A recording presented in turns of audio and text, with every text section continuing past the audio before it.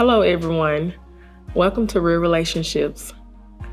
I will be speaking to you today. I'm going to be talking about giving you a little bit first of my testimony and about developing a real relationship with God. I first want to say that I know a lot of y'all may not know me. My name is Tiffany Jones. I've been currently going to this church here. My aunt introduced me to this church about 9 years ago. So I've been here that long. And when I started going, I was just going to church. So I was back and forth. I had been in church on and off, and I was at a point where I was just going and just going, say my prayer at night, read a Bible, scripture, something. That was it. So I did not really just have a real relationship like I needed to have with God. And that's what I want to talk to y'all about today. As I kept going here, I really got tired of going through things that I was going through.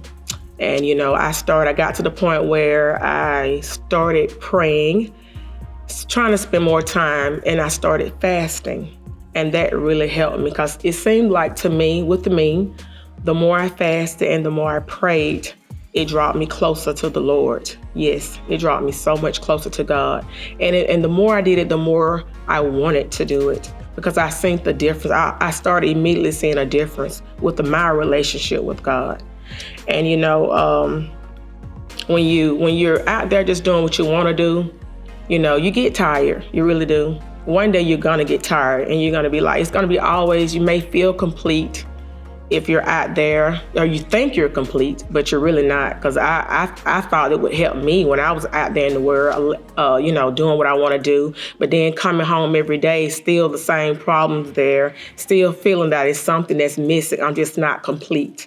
So, this helped me a lot coming to church, staying involved in the church, praying when I really started seeking God for who he was and what he could do for me in my life, But I had to come to a point where I was tired before I even got to that, to be able to seek him and to trust him.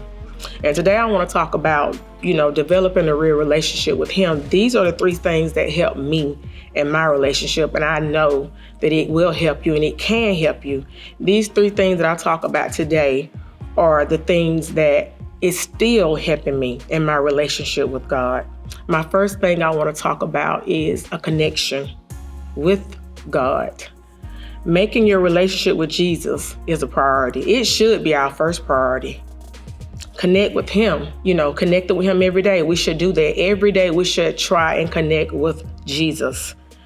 In the Bible, it talks about in the scripture, and I love it. It says in Luke 5, verse 16, where Jesus made time to be alone with the Father. He drew away from the crowd into the wilderness to pray. So, and it talks about other scriptures in the Bible where he also drew himself away from the people and prayed. He made time for God. He was developing a relationship with him. He connected with him.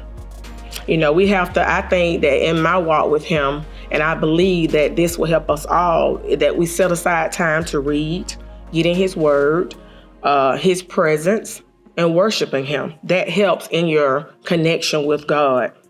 God will speak to you in ways that you never thought. He will show himself to you, manifest himself to you. He will speak to your heart the way he chooses to, because God speaks to people differently.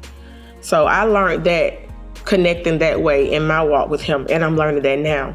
And a second thing I want to talk about is communication. Now, this one is so easy to me. Talk to God. Talk to God. Talk to God about everything and anything, not social media, but God. Tell it to God. Tell God. God already knows. God is always listening to us. He already knows what we're going through, what's going on before we even tell him. He made us. He knows. It's nothing hid from his eyesight. That's what the word tells us. And when you talk to God and give him that time every day, just get in the habit of talking to God every day, connecting with God every day, communication, connection. Then after that, you listen for God to speak to your heart, to speak to you. You learn God's voice to speak to you, because that's what I did. I talk to God all the time, every day. I'm just so used to just talking to him about everything now. It's nothing that I don't talk to God about. He is my best friend. He's a friend to all of us. He's a friend to the fatherless. He's a father to the fatherless. And he sticks closer than a brother. That's what his word tells us. And that means that I feel in that we can talk to him about anything. He's always near. He's always listening. A scripture came to me where it's in Peter, 1 Peter 3, verse 12. And it says, "For the eyes of the Lord are on the righteous, and his ears attentive to their prayers." That means that he hears. He's listening. He's waiting for us to talk to him.